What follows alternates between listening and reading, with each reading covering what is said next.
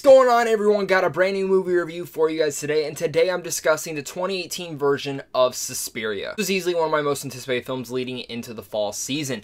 One being, you got Luca Guadagnino directing it. He made Call Me By Your Name last year. I adored Call Me By Your Name. It was one of my favorite movies of last year, and now I'm finally getting to see his reimagining of Suspiria.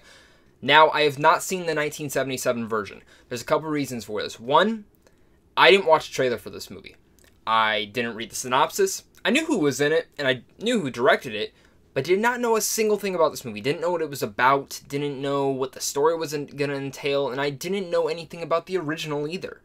And I did this on purpose. I do plan on watching the original, because now I am like so obsessed with everything that's Suspiria, and I want to get more into it. I want to see the original. I want to see this one again.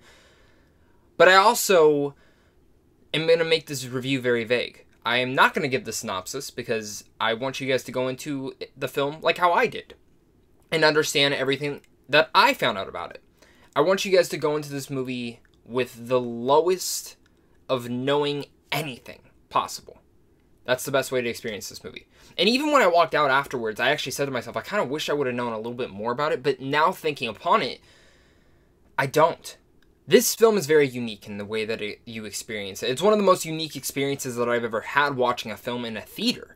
And a lot of that comes to being that the way that Luca Guadagnino directs it, tells the story, and the way that he shot the film. This film would not work without his direction.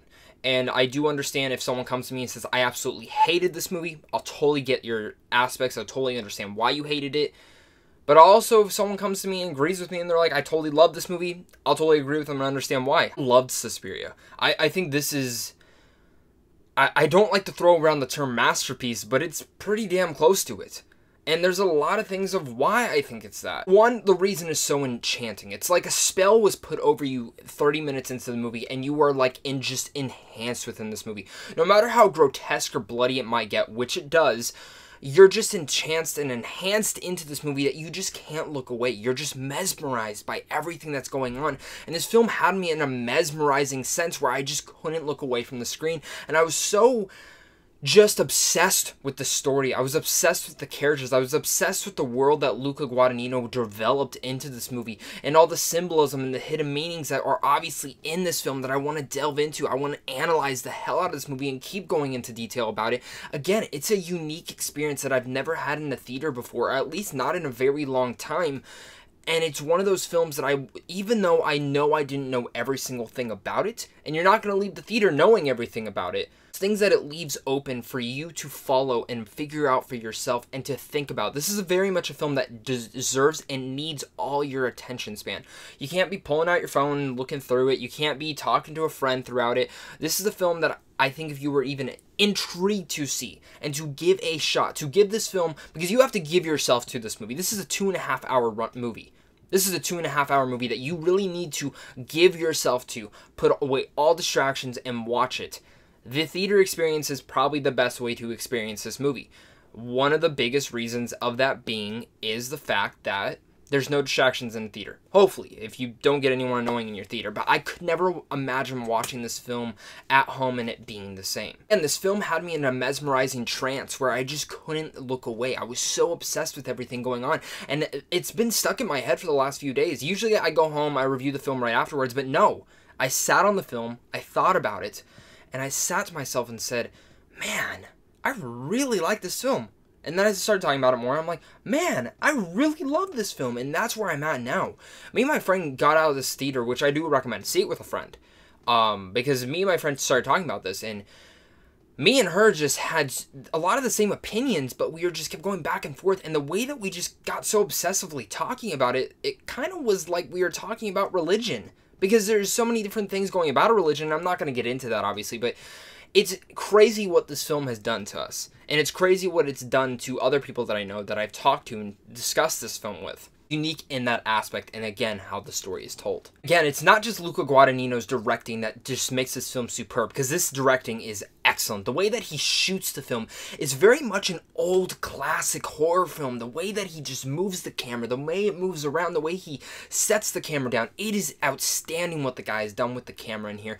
And it really goes back to that Italian horror that we do get. And yes, this is a horror film, but it's not scary. It's not like I'm out of my seat scared. No, it's very much psychological, and it screws with your head. Again, it screwed with mine to the point where I'm still thinking about this movie. There's imagery in here that you will not forget. There's some things in here I was like, what the hell is going on? And I'm still trying to piece it all together. And there's some weird, grotesque, bloody moments in here. I was like, wow, this is a lot of blood. Again, it doesn't feel overly grotesque. It feels like it fits the tone of the movie and everything that's going on within it.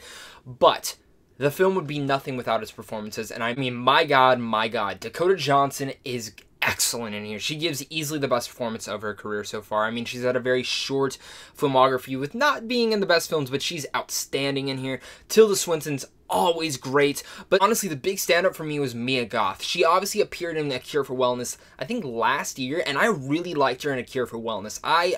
The film itself was just fine for me, but I found her to be so intriguing in here, and in this film, she's even better. I cannot wait to see what she does next. She was great. A lot of you guys are probably saying, oh, that's a long runtime, 2 hours and 30 minutes. It is, and at times you do feel it, but there was never one point in the film where I wanted to walk out. There was never one point in this film where I was like, oh, okay, I'm ready to leave. I can't do this anymore. Again, I just felt mesmerized and tranced. And I will understand if you hate this film, and I'll understand if you love this film. It's a very different and unique film that it's not for everyone. Definitely not for everyone. It's hard for me to recommend on that. But I think if you yourself are looking for a film to go watch in a theater and have a very unique experience about, Suspiria is your movie. It's unique, it's enchanting, it's mesmerizing, it's obsessive. And at times, if you think the film's bad, you probably think it's boring, horribly made, horribly acted, and all that. But I don't think any of that. I find this film to work on all levels. It's easily one of the best films of the year. I'm going to give Suspiria an A+. Suspiria itself, I really do think it's a masterpiece. There isn't one scene I would have taken out. There isn't one thing I would have removed from the film. There isn't one thing I would have changed. I can't imagine any other director reimagining the original and not wait to rewatch this film and also watch the original and see all the differences and see everything that Luca took into changes.